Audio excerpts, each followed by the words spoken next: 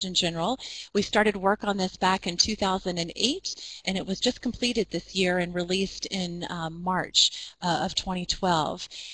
It's the second of the Surgeon General reports that focus on tobacco use among young people, and this report we extend to take a look at young adults as well too this time around. Oops, I forget, we have to go here. Sorry. So the first Surgeon General's report was published back in 1964 at the height of the tobacco epidemic in the U.S. Shown here at the microphone is Dr. Luther Terry, who was the Surgeon General at the time. This report we published in 2012 is the 32nd of such reports, and Dr. Regina Benjamin, so the first African-American woman, is the Surgeon General that we worked with in this report. This is what the smoking epidemic has looked like in the U.S. over time. I'm going to apologize up front. This is going to be a very U.S.-centric presentation because the report itself is the report of the U.S. government. So you can see back in the early parts of the 20th century that smoking was basically unknown. This is cigarette smoking we're talking about here. With the advent of the two world wars and the tobacco industry actually placing cigarettes in the ration packs that the soldiers would use overseas, we saw a great rise in smoking over time. It peaks in 1964 with the publication of the first Surgeon General's report, which was the first scientific document that comprehensively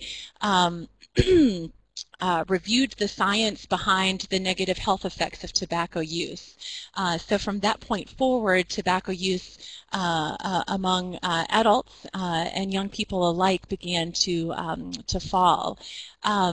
We'll talk mostly about this fall over time today. Historically, any number of interventions are located here on this particular map. A particularly important one in regards to young people is the Master Settlement Agreement in 1997. So to the far right there. And we'll see that at that point is when youth smoking really began its rapid decline. That's when the U.S. government entered into agreement with the tobacco industry to prohibit certain kinds of advertising and promotional activities. So we'll see more about that as we move on here. More than 100 scientists, nation and worldwide, were involved in the publication of this report. It's shown here in bright red. The report is the longest report to date out of the U.S. government, so it totals more than 900 pages. People's favorite part is the 16-page executive summary up front, so it's a lot easier to digest. There's a consumer piece that is also affiliated with the report, and highly recommend if you go to surgeongeneral.gov, you can download all this information and request a copy of the report if you'd like to have one here. So it's, these reports are mandated by Congress to be released on an annual basis. CDC's Office of Smoking and Health is the group that basically facilitates the production of that report. They hire on senior editors, which were Dr. Perry and myself for this particular report, and then we in turn hire on a number of editors and authors to write the details therein. So probably not unlike the process you followed for the tobacco control report here in India as well too. The report is not meant to be a document that advocates for certain policies and practices, but rather provides the scientific basis for that. So we can't come out and tell the U.S. government what to do, but many advocates like TFK, Tobacco Free Kids, and other advocacy groups in the U.S. Will use this evidence and make it more consumer friendly to be able to argue for the types of programs and policies they want to use. So for example, after the release of the report in March, directly after the Surgeon General spoke, we sat around a big conference table with all those different kinds of advocacy partners to come to some agreement and some discussion about what kind of action would be taken there. This next slide, I just want to show a quick video. This was the public service announcement that accompanied the release of the Surgeon General's report. And I'll talk a little bit about the, taking some time. Let's let it load for a second and I'll talk. Yep. So in the report, we all are well aware of the negative health consequences in adulthood, but we spend some time in the report talking about the health consequences that occur early on in childhood itself. So we want to bring those consequences into the short term and make them relevant to young people. Just some statistics from the U.S. So of course, just like it is worldwide, it's the leading cause of preventable and premature death in the U.S. It kills more than 1,200 Americans each day. For every one life lost to tobacco, another 2 young people begin to smoke. The negative health effects are such that estimates suggest that smokers lose about 13 years of life as they move forward. For every 1 person that dies from tobacco in the U.S., another 20 suffer from related chronic disease as a result of tobacco use. So here in the report, we try to focus on the short-term consequences, things related to nicotine addiction, for example, and how that can occur in adolescence, and that the younger ones start smoking, the more likely they are to become addicted to tobacco. So let's give this a try and see if we can watch the PSA. Or not. Maybe it looks like we don't have any participants. I wonder if you can flip your screen around to show those in the room here. Would that work? Oh. We can just skip it if it's too much.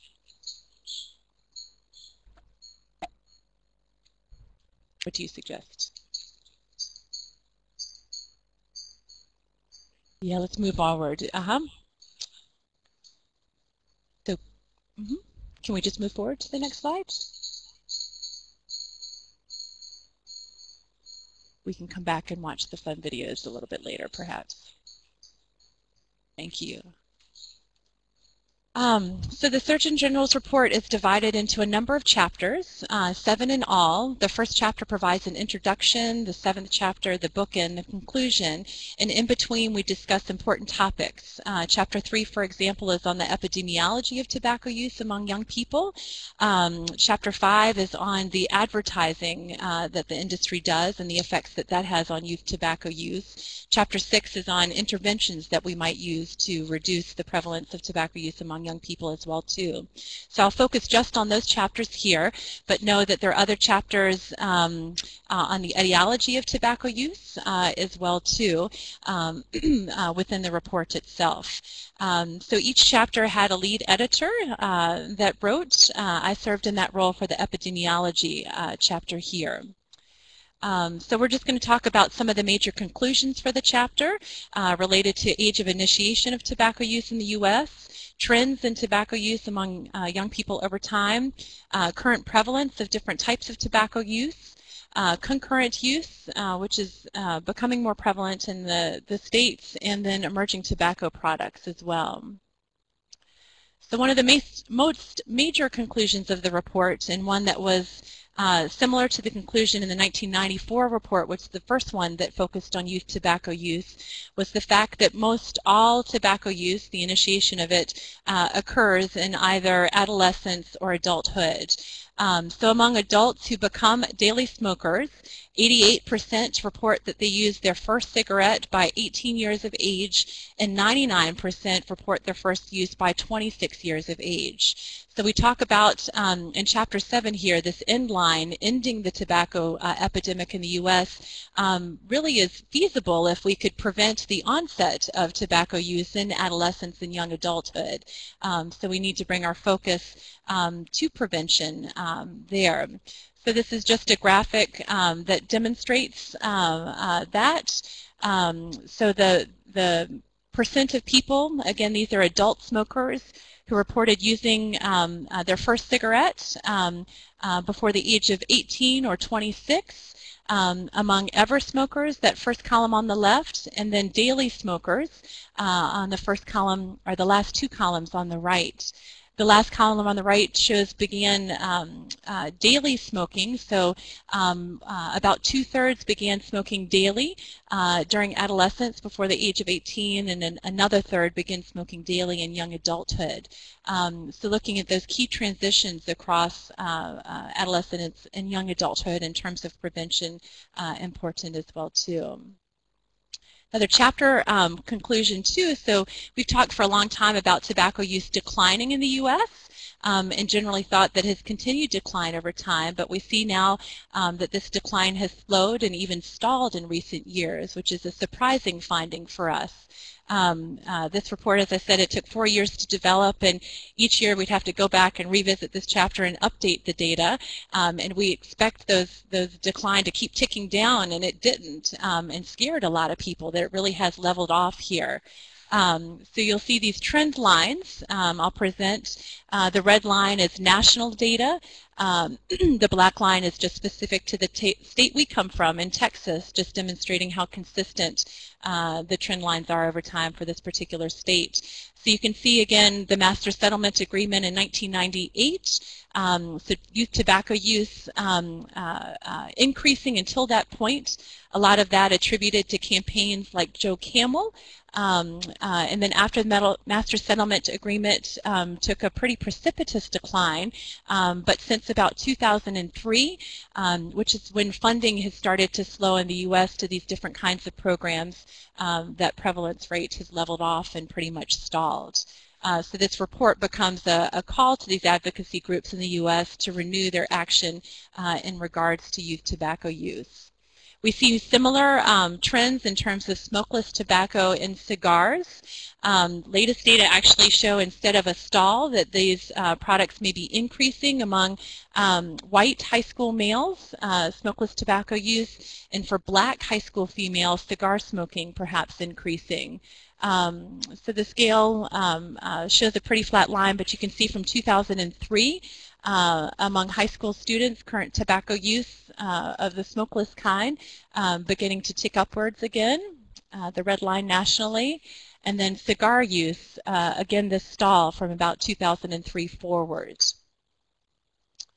As we look at the prevalence of tobacco use across high school seniors, young adults, and adults, we see that the prevalence of tobacco use is actually the highest among young adults here. So about 1 in 3 young adults nationwide in the U.S. Report currently smoking cigarettes, as opposed to about 1 in 4 high school seniors and 1 in 5 adults. So young adults, and particularly young adults of low socioeconomic status, those who don't go on past high school to pursue college, are at highest risk in the U.S. In terms of their use of cigarettes. Other tobacco product use for high school senior males, about 20% nationwide reporting any kind of smokeless tobacco use, and higher percentages for cigar smoking as well. So in the U.S. we have, typically cigars have been kind of large products. I'm not sure here in India if you have similar, and kind of an older white male phenomenon, but they're now making smaller cigars called cigarillos that are about the same size as cigarettes. There's bans now against flavoring of the cigarettes, and so the cigar makers making them smaller and able to get through that loophole to flavor. So they're a product that's becoming increasingly popular with young people in the U.S. We talk about disparities in tobacco use. Highest among lower socioeconomic status youth. And then as we talk about racial ethnic divides, highest in the U.S. by among American Indians and Alaskan Natives, followed by whites and Hispanics, and then Asians and blacks. Unfortunately, it's very difficult to get nationally representative data on different subgroups like Asians and American Indians. So typically the data presented by race ethnicity are presented like this. So you can see that the rates of use between whites and Hispanics are relatively comparable and much less among black youth. As black youth reach adulthood, their rates will be comparable with whites and Hispanics, so their age of onset is typically a little bit later in the U.S. compared to other young people. The prevalence of current smokeless tobacco use, highest among whites. And then cigar use, pretty equivalent across all groups. In Texas, at least significantly higher than the other groups among Hispanics there. Concurrent use of multiple tobacco products is quite prevalent as well. So among those who use tobacco, nearly 1/3 of high school females and more than 1/2 of high school males report using more than one tobacco product in the last 30 days. So here's a pie chart of that. On the left-hand side represents use of more than one tobacco product. On the right hand, just a single product. People are increasingly interested in multiple or concurrent use because of the different types of products we'll talk in a moment that are emerging in our market in the U.S. as well too. An example of these emerging tobacco products, Orbs, up in the right-hand corner next to the Tic Tacs, so dissolvable products, and here snus. Next to this e-cigarette that's pointing down, looking very much like mouth freshener, these Listerine tabs that you can put in your mouth. So trying to avoid the no smoking laws, tobacco-free laws here that are in the U.S. Now. So the industry diversifying its selection.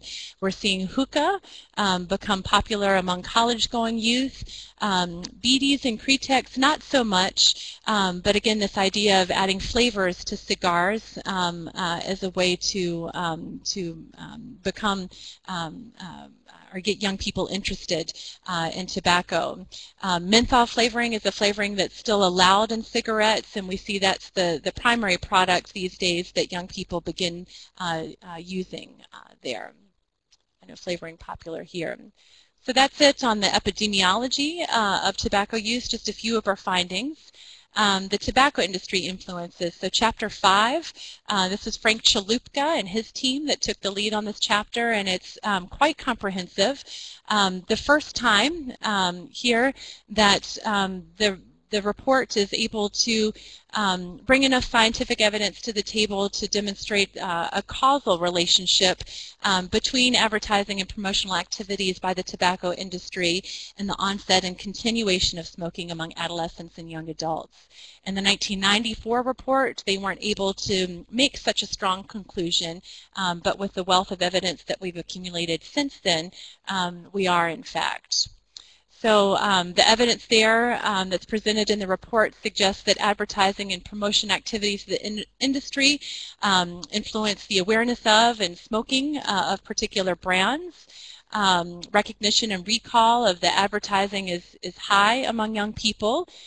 This advertising influences their attitudes, intentions, and current and future smoking behavior as well. And the research to date suggests, of course, that adolescents are more responsive to advertising than adults are in the United States. So the expenditures of the industry are highest for 3 particular brands, Marlboro, Newport, and Camel, and they are preferred by 80% of adolescents nationwide and have remained so for some time now. This Camel number 9 is one of the latest and greatest campaigns meant to appeal to young women in the United States and has been very successful at doing so. The Master Settlement Agreement, MSA, in 1997, the different restrictions they put on the industry included banning ads in buses and metros and the like, as well as billboards. Prohibited the use of cartoon characters like Joe Camel in tobacco marketing, prohibited merchandise with tobacco brand names except at tobacco-sponsored events, limited their brand name sponsorship of such events, and restricted tobacco companies from taking any action directly or indirectly to target youth in advertising, promotion, or marketing of tobacco products. So they were banned from magazine ads, for example, whose readership was primarily young people. They, of course, have found many loopholes, or there's still ways for them, of course, to advertise their products. The biggest way in which they advertise and promote tobacco these days in the U.S. is through price reduction strategies. So coupons for cigarettes, multi-pack discounts, buy two, get one free, price discounts that are given to retailers as well too, if they will advertise their products in a prominent way at point of sale. Internet advertising is still allowed. Some newspaper and some magazine ads, again, directed towards newspapers and magazines that don't have a large youth readership. Point of sale advertising, outdoor advertising, direct mail is a big way to advertise for these companies now, and distributing free tobacco products at bars and different events where children are not allowed. So there's still a lot of venues through which these advertising promotions can occur.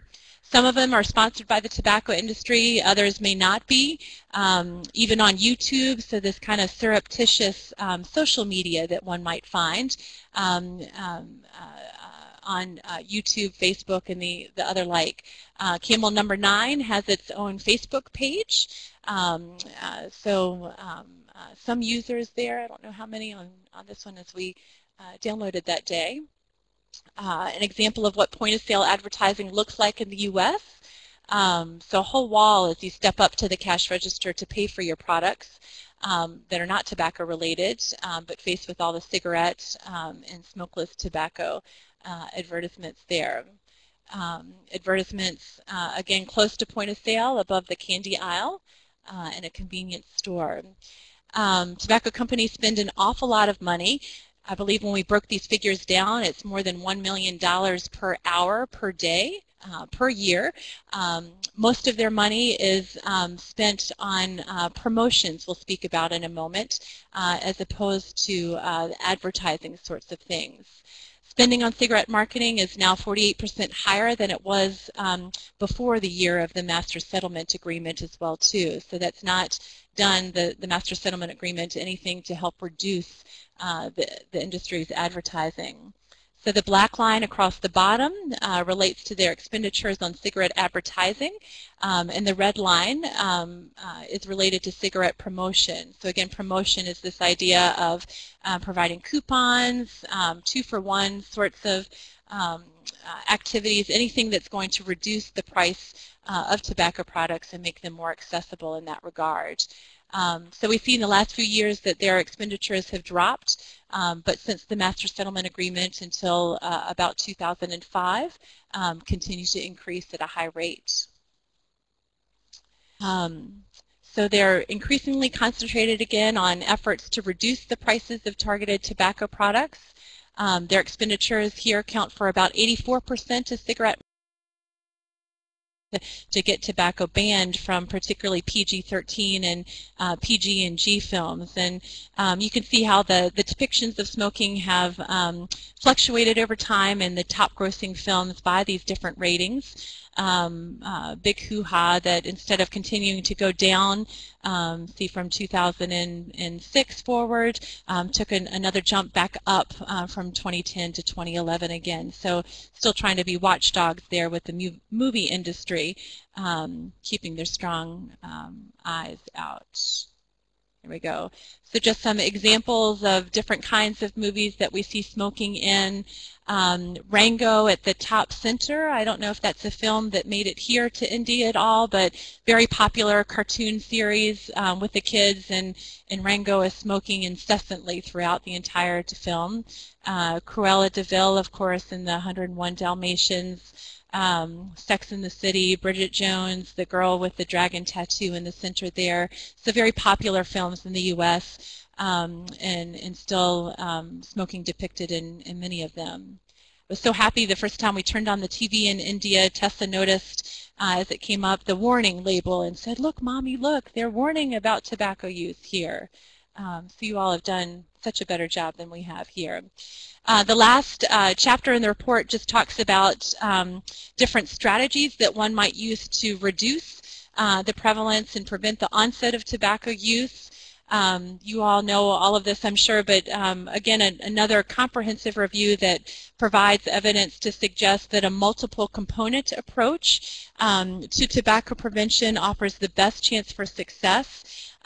Those interventions that combine the following interventions are most efficacious.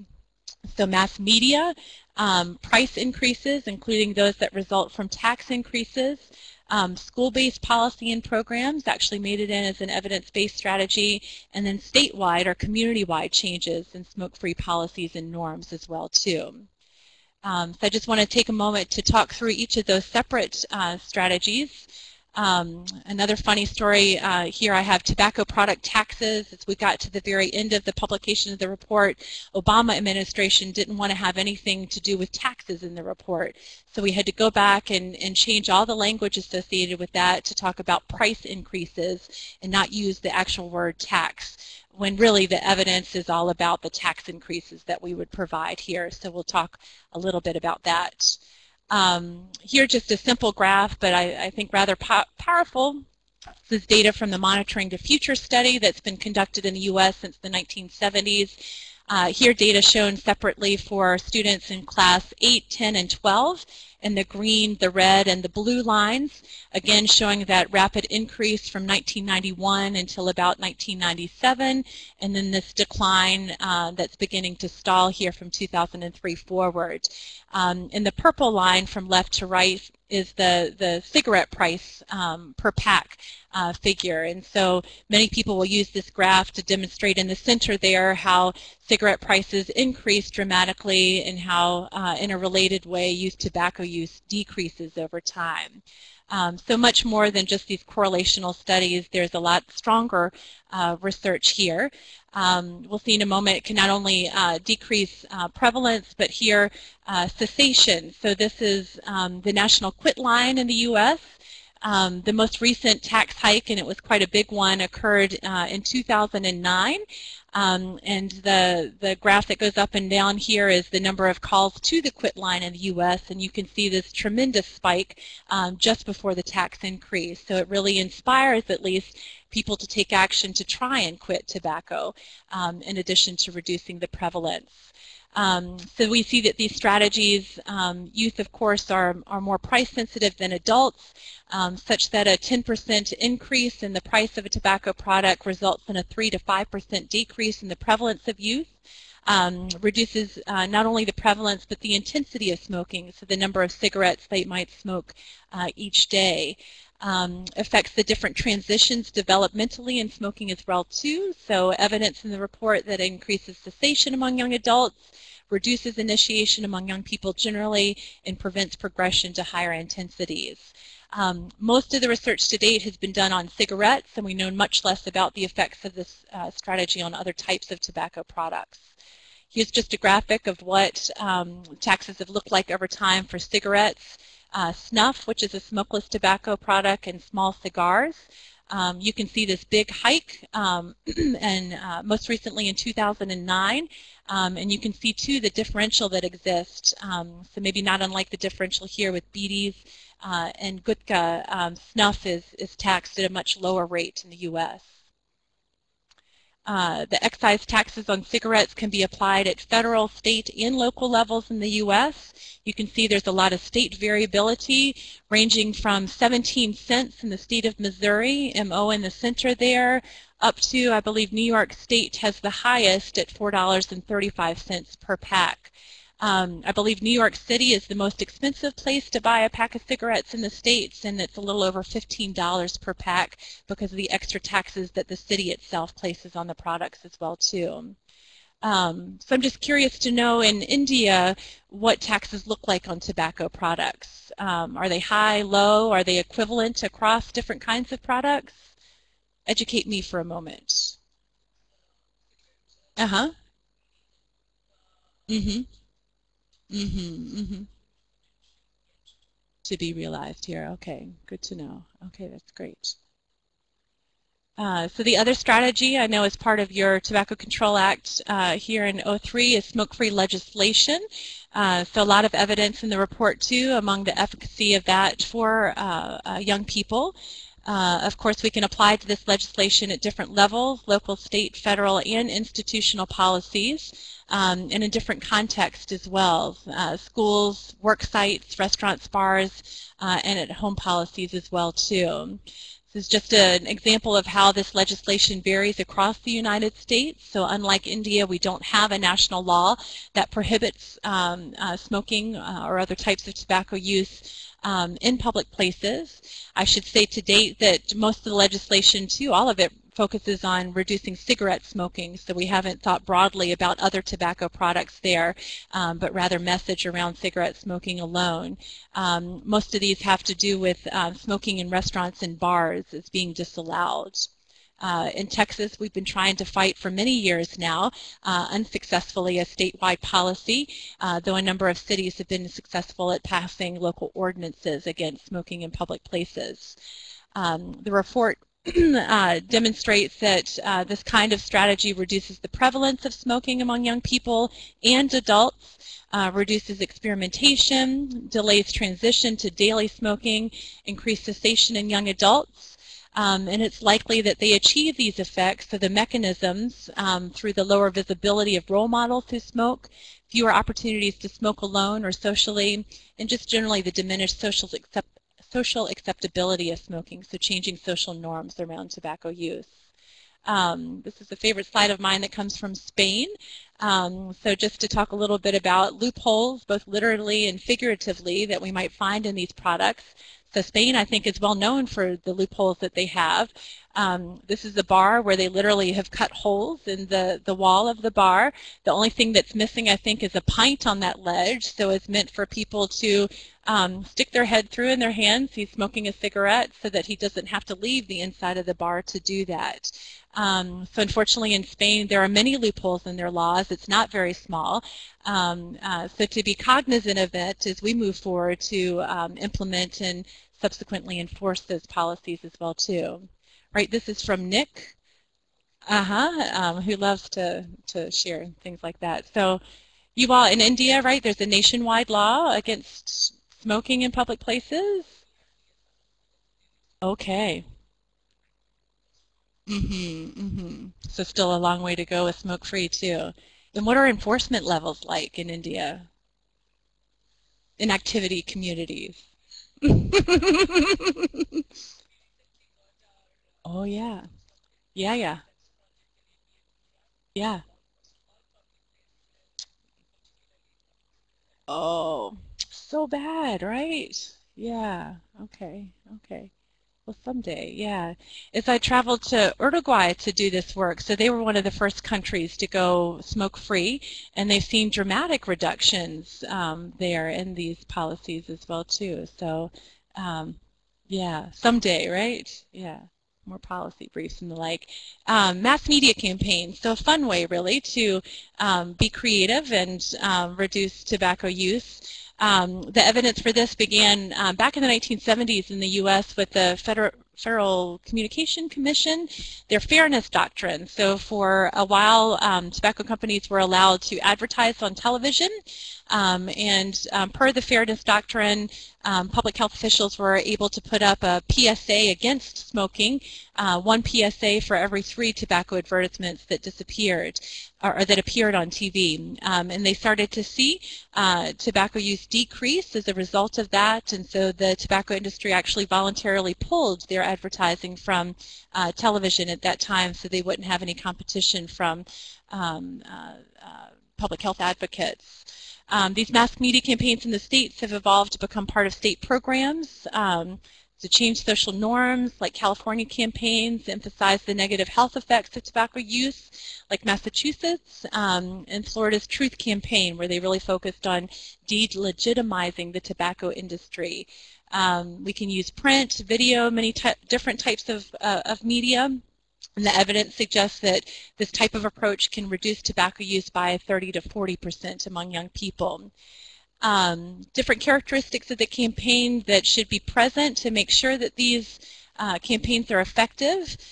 We need to show the negative consequences of smoking, just like on the graphic warning labels on the packs, very graphically, dramatically, and emotionally.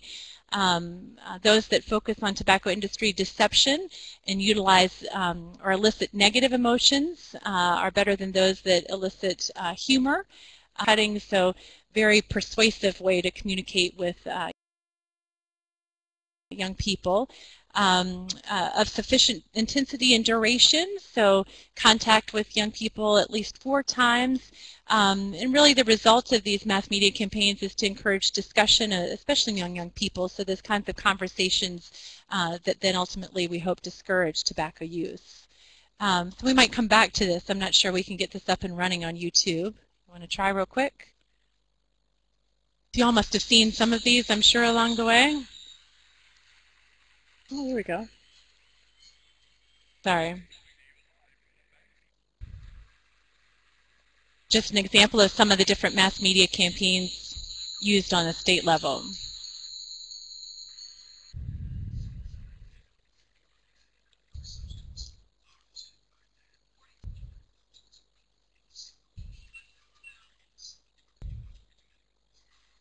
This is the campaign up in Minnesota called Target Market.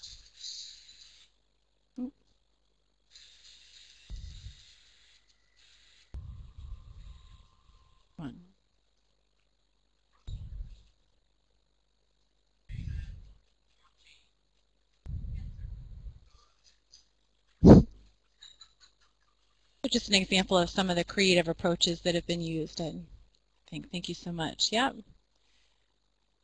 There are plenty more out there on YouTube and other websites these days. The classic campaign from California we've all seen, right? Playing on the Marlboro ads. So these appeared on billboards out there for some time.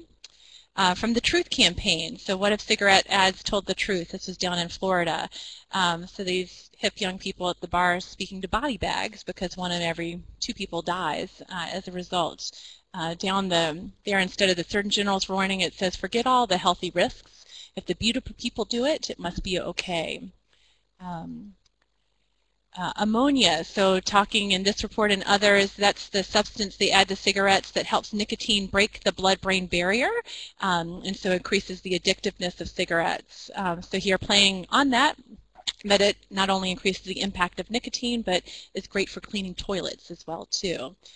So some crass humor that goes over well with young people in the U.S. at times. Results from the Truth Campaign, it was the single largest decrease in tobacco use among young people that the CDC ever recorded. So very, very powerful and effective campaign, one that Stan Glantz likes a whole lot actually in the literature. So you see this dramatic decline among middle school and high school students in past month cigarette use among smokers. There were some mass media campaigns associated with the Surgeon General's report. I'm not sure how this rolled out, but for a couple of months after the report was released, the Surgeon General had a challenge out and wanted young people to create their own videos. So they had a competition affiliated with that. This is the latest one that's come out from CDC and was released earlier this year. Tips from former smokers. I don't know if you all have seen any of this at all. We can't bring it up. These are available on CDC's website, and they're no worries at all. But a series of mass media campaigns that, not unlike the excise taxes, were meant to inspire calls to the National Quit line here. So they rolled out for 3 months, a 12-week period across the United States in major markets. If we can't get it here, they're available on the website at CDC and are quite good as well too. Not so much. So it seems.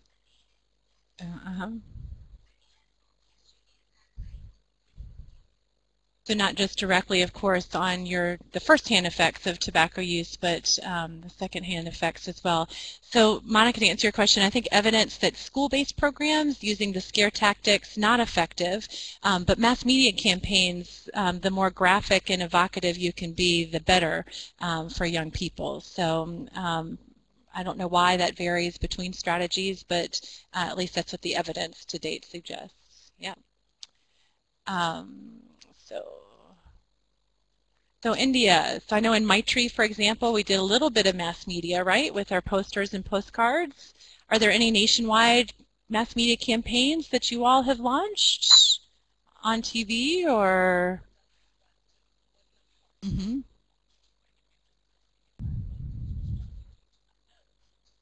Nice. Okay. That's good. Okay.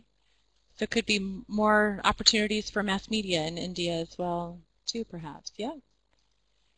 All right, one of the last ones, school-based programs and policies. This is difficult to get into the report as an evidence-based strategy, despite all the evidence that we pulled to the table. So even later on in the development of the report, a phone call with Tom Frieden, who heads CDC, that just didn't believe the evidence despite the fact that it was laid out in front of him, primarily based on his experience in New York State and New York City as he headed up the health department there, and they did a lot around policies and saw strong effects. So we had to engage in a bit of negotiation behind the table in order to ensure that this remained in the report and was still presented as a evidence-based policy. Among all interventions, there's probably most literature around here. We have hundreds of programs and thousands of papers over several decades here.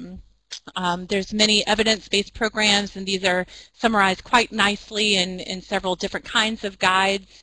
In the U.S., there's a nice guide put out by NIDA and another one by a group named Drug Strategies, Communities Care, David Hawkins Group, and SAMHSA, the Substance Abuse and Mental Health Administration, as well too, have just a lot of really nice web-based and book-based guides on what works and what doesn't. The evidence suggests that this kind of strategy can reduce tobacco use among young people by 25 to 40%. The programs that are most successful, and just like mass media campaigns and policies for that matter, not all of these are successful, so these are important elements. I know we've employed these in Maitri. They're interactive and not didactic. We engage peers in the implementation of these programs. These programs intersect with other school and, home and community-based efforts, so we're involving other important people in their lives, like their parents. They're based on this social influences model where we teach kids the skills to identify and resist these influences to use. They're not just conducted in a couple of sessions in a single year, but multiple sessions across multiple years in programs that, of course, provide adequate training for their staff and support during implementation, very important as well, too, to success.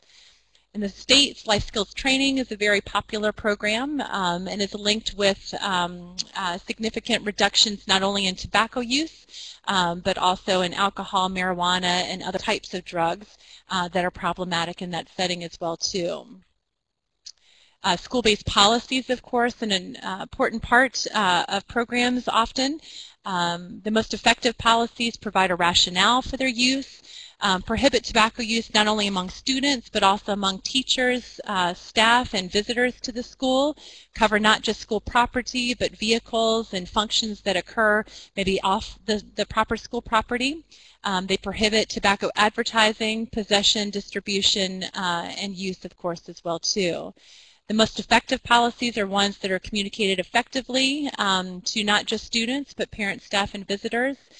They are enforced, but not in a punitive way, but a proactive way. So kids that are caught, or staff for that matter, who are caught breaking the policies, go into programs that are more educationally oriented. If the students, the more that they perceive that the policy is being enforced, even just that perception alone can increase the efficacy and help to reduce the prevalence of tobacco use in campus. Create healthier environments, make the school facilities easier to keep up because there isn't the litter on the ground, limit related discipline problems, and reduce tobacco use among youth. So a number of positive effects. I know you all have some good school-based programs and policies going on here in Delhi and now elsewhere as well too, as well as a youth-driven intervention. There's some nice literature in the report around the efficacy of that approach as well too. Not a whole lot of literature, but some there. So you all are now disseminating, right, Maitri? Yeah. What else is going elsewhere in the country and other states around school-based programs and policies? Mm-hmm. Mm-hmm. Mm-hmm. Mm-hmm. It's Maitri, yeah. And just remind me, as you guys disseminated, you've kind of condensed Maitri, right? So it's just a one-year program now? No, it is. 2 years. Okay, okay, great. Mm-hmm. Great.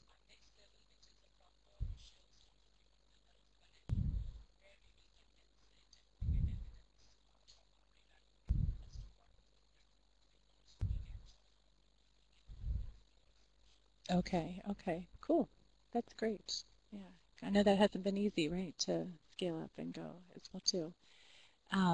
Okay, so do we have a few more minutes? I don't know how much longer we have, Neha. Yeah, 2:30. So we have 1 minute. So let's just stop here right now. There's other evidence here on plenty of other stuff. The rest of the presentation's on statewide programs and their effects. Happy to answer questions. You guys know so much here. Just know that the research evidence for what you know is summarized in these 900 pages. So when you need to cite something in the papers you're writing, you can cite this or cite what we're citing in the report itself. So it really is a good resource, I think, to have on your bookshelf here. Mm-hmm. Any questions? Yes, sir. Uh-huh. That's a good question. Yeah, it's a prevalence reduction, and it's a relative reduction. So comparing schools, for example, that receive the intervention to schools that don't, there's a 25 to 40% reduction in the prevalence of tobacco use among young people. Mm-hmm. So that would be some combination then of the quit rate and the initiation rate. Most studies don't go that far. I know that's a good fine-tune that needs to be done in terms of the evaluation of these data as we move forward. Yeah. The evidence for school-based programs, very strong evidence for short-term impact, but also some evidence for long-term impact as well, too. The ASSIST program is one that demonstrates pretty impressive figures long-term there. It's a good question, Vidyut. Any others? Yep, so it can be both a flat rate or a rate that varies with the price of the cigarettes. The latter is called an ad valorem tax, and it's not widely used in the States, but is used in some parts. Mostly we're talking excise taxes, which is a flat rate that's just applied, again, either at the federal, the state, and or the local levels. So the tax hikes that I showed with that graph, like the federal tax hike in 2009 is an example of an excise tax, where I think in cigarettes there was an additional $1 that was applied per pack of cigarettes at that time. Yeah. As far as India-specific data in there, so I know that we've got our Maitri work in the report itself, and then in the EPI chapter there's some GYTS data in there as well too, so nothing that Wick and his friends haven't done otherwise in other reports, but we were able to pull it in here. We tried to advocate for a more global approach to the report, but they were reticent to go too broad and really wanted to stay focused on the U.S. There. So God knows how long it would have been if we had gone bigger, right? Yeah, no way. I had to end at some point, I think. Yeah. Yeah.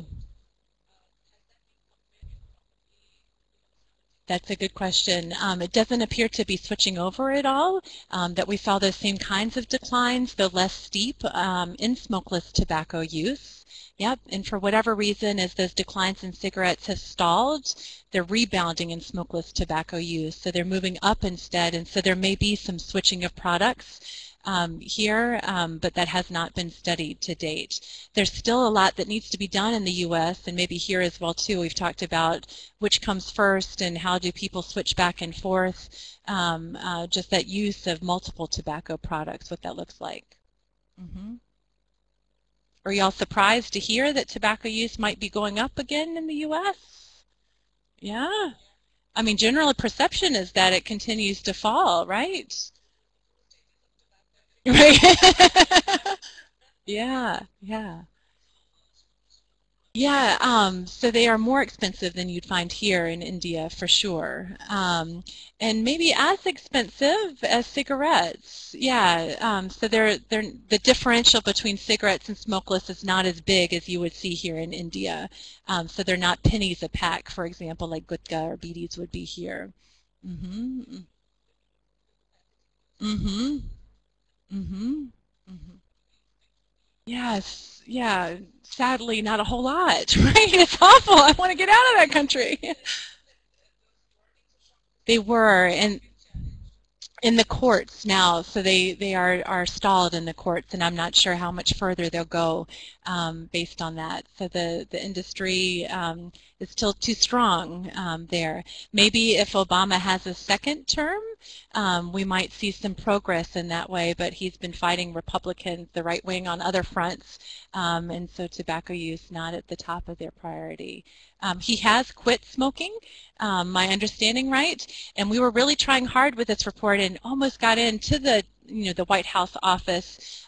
Michelle Obama has been a real advocate on physical activity, and we thought maybe we could get her on this campaign as well too, but didn't go as far as we had hoped with the White House there. So I'm cautiously optimistic that maybe we might see something in the next 4 years, but let's see, that'll all depend on the administration. Yeah. SCTC, right, is not widely consumed or viewed as an important part of tobacco control in the U.S., unfortunately. It's only when you step outside of the borders that you hear talk of SCTC.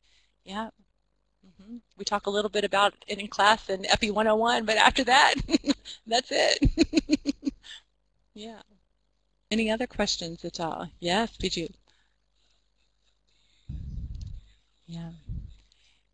Yeah, that's a good point, recall bias for sure, but it's a typical measure in most surveillance systems in the U.S. in how for young people we record or call current use of particular tobacco products. Yep. Yes, it's used for adults so that there are indicators like in your lifetime, have you smoked at least 100 cigarettes? And if you have, then you become classified as a current or a regular smoker there. So it gets a little more complicated when you move into adults. There's some interesting data. It's hard. We get into frequency and intensity of use in the EPI chapter in this particular report as well too. So each surveillance system asks it a little bit different, but that 30-day window is consistent across the Youth Risk Behavior Survey, Monitoring the Future, the National Youth Tobacco Survey, things of that nature. Yeah. There's almost too much surveillance data in the U.S. around tobacco use.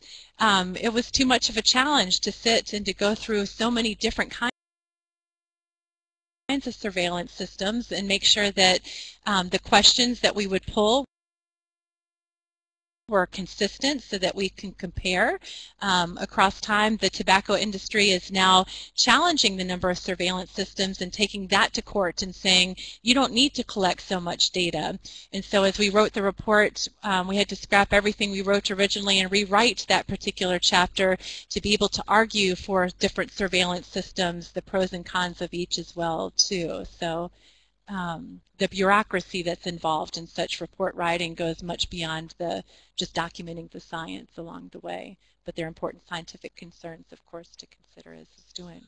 Yeah, it's ongoing on either an annual or biannual basis. So every year, the Monitoring the Future survey goes on across the U.S. That's out of the University of Michigan, and they survey students primarily in classes 8, 10, and 12, not just on tobacco use, but all sorts of other types of drug use, alcohol and cocaine, heroin, everything under the sun there. It's an annual survey. Then we have the Youth Risk Behavior Survey that comes out of the CDC, and that happens every other year on odd number years. Then we also have the National Youth Tobacco Survey, so is our equivalent to the GYTS. That's not been ongoing and has just happened intermittently a long time. So the latest survey for that, data not in here, but 2011. And then another survey, the National NISDA, National, I can't think, Substance and Drug Use in Health. I can't figure out I can't recall what the acronym stands for, but that's done on an annual basis and not just for kids, but adults as well too. So that's where we can get our young adult data from. And there's several others in the report as well too. A wonderful study longitudinally called AdHealth. where they've been collecting longitudinal data from adolescence into young adulthood, so some cohort data for the first time in the report